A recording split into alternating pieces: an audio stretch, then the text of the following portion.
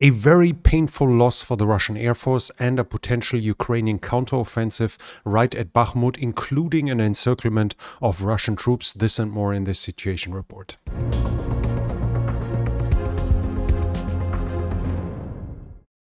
According to media reports, Germany, UK and France are working on a proposition for Ukraine under which it should be possible for Ukraine to make peace during this year.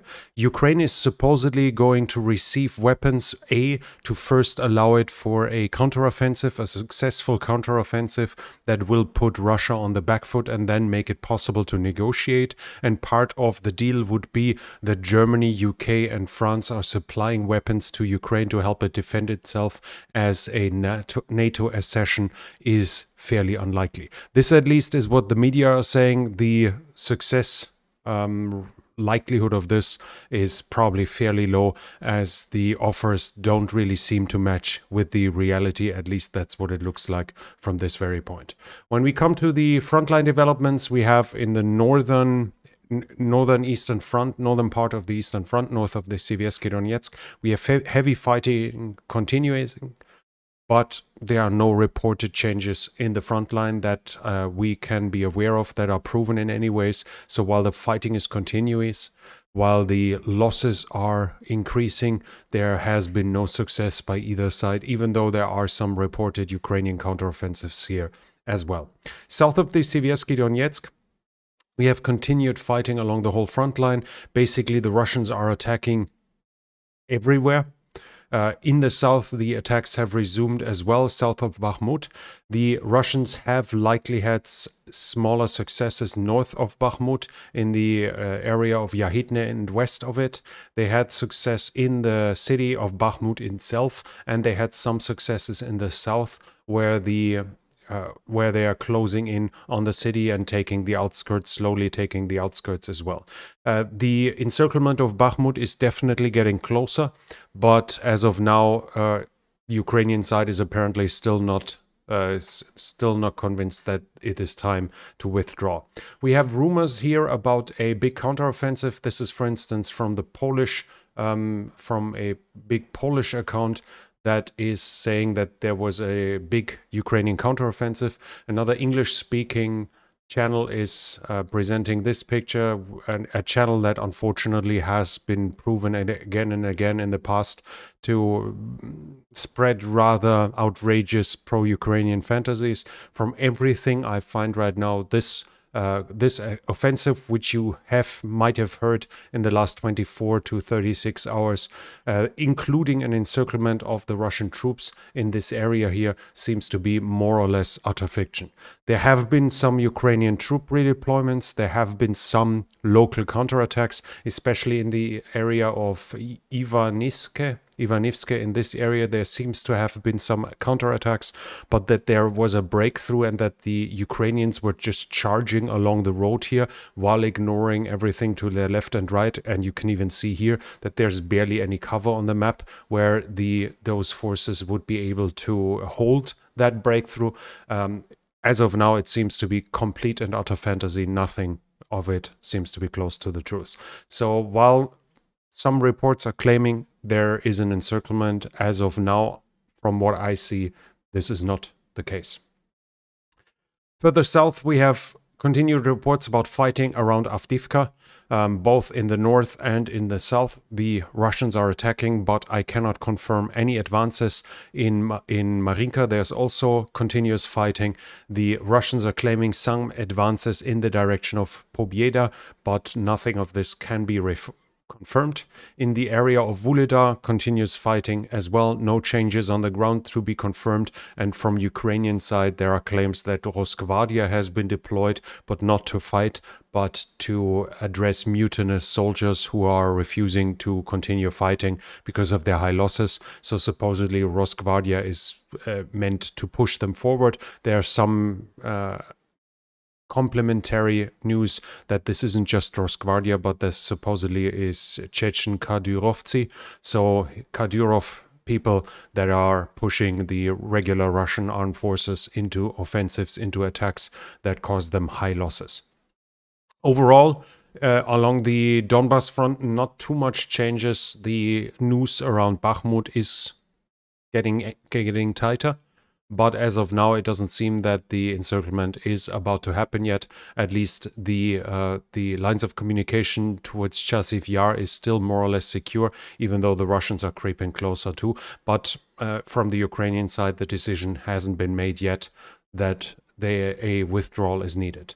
On the southern front, the Ukrainians are saying there's a Russian troop buildup both in the area of Huliapole and in the area of Vasilivka. So here, both along these axes, the Russians are supposedly building up, and that might either be a precursor of a Russian offensive, even though that seems fairly unlikely. It might also be in connection to what the deputy head of the GUR, the Ukrainian military intelligence, Vadim Skibitsky, has said.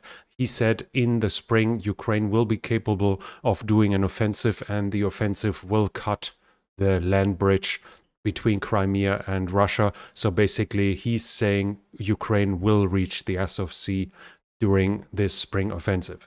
If the Russians are taking this threat serious, building up troops here to stop this offensive seems fairly likely.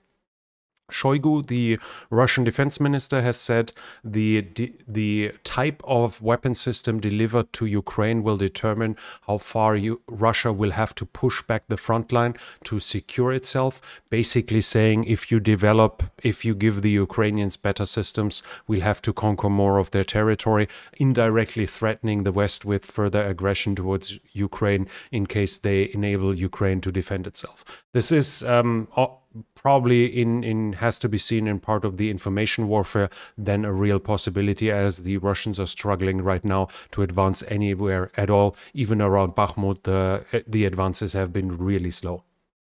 At least we could say this is moving away from the nuclear threats that have been issued in the past months. So in this regard, the conventional threat, weapon deliveries are no longer countered directly with nuclear threats, but with a conventional threat. There has been partisan activity, this time in Belorussia, on an airfield close to Minsk. Supposedly an A-50 mainstay has been heavily damaged. You can see the plane here. It's basically a Russian AVAX plane. The numbers that Russia has currently in operation are varying according to different sources. Some are claiming they only have 6 in operation. Others are claiming, no, it's only 10. Nevertheless, they never had a huge fleet of those, nowhere in comparison to NATO and the US. And one of those seems to have been set ablaze. The exact amount of damage is unclear, but so far it seems to be confirmed by both Russian and Belarusian sources that there was actually an attack on it and one of them was damaged. And a Belarusian group claims that they are partisans and they have used unmanned aerial vehicles, basically drones, to attack this plane on a Belarusian airfield. When it comes to the fourth generation, there are new news about losses. By now, 15,136 Russian fallen have been identified. This is obviously what has been identified because of what is it called? Mortuaries, I think is the word. So basically when there's an ad in the newspapers for somebody who has died, that's how they identified it. That is obviously not the full extent, but it still gives us some information. Of those, at least 1,200 were mobilized, 1,300 were former convicts. Over 1,800 of them were officers, and among those, 199 were lieutenant colonels, and generals. So a massive amount of high level officers, flag officers that have been confirmed dead at this point.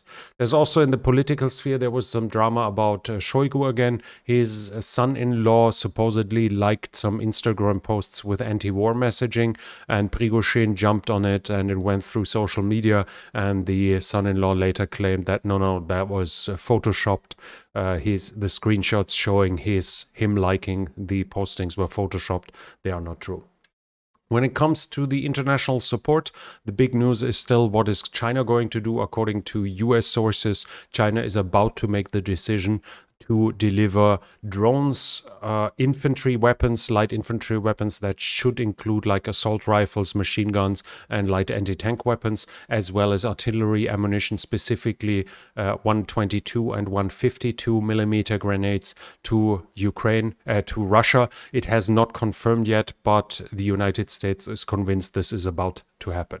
And even though the situation report isn't too long today and we are about to end already, I have some more interesting picture. Here we can see a Max Pro, an American MRAP, basically not really made for frontline fighting, but rather for patrols in the back areas. It's meant more or less to counter mines and insurgency attacks, but the Ukrainians, in lack of better equipment, are also using them on the front line as kind of improvised IFVs. Here we see one of them that has been massively hit with hits by the Russians. We see the tires blown up. We see bullet hits where the armor has stopped it, and according to the reports, it made it out of the danger zone, and everyone on board survived because the strong armor helped protect its crew. In this regard, while the MRAP obviously needs a little new paint on it, it has saved the life of its crew, and thus they were not forced to drive into combat on the back of jeeps or Hilux trucks, whatever. In this regard, very nice addition and saving some lives. That's it already from me for now. I hope you enjoyed it. If you did so, please leave a thumbs up. It really helps with the algorithm. Leave some comments. What do you think about the German peace plan, the German, British, French peace plan? Do you think it has any prospects? Do you think there is any future to it? Leave your comments, and it really helps with the algorithm as well. This channel is only possible because of the support from viewers like you. If you like to support the channel, you can do so by the means in the description. And if you're new here, I would like to invite you to subscribe to the channel and hit the bell icon so you don't miss future videos. That's it from me for now. Thank you for watching, and I'll be back.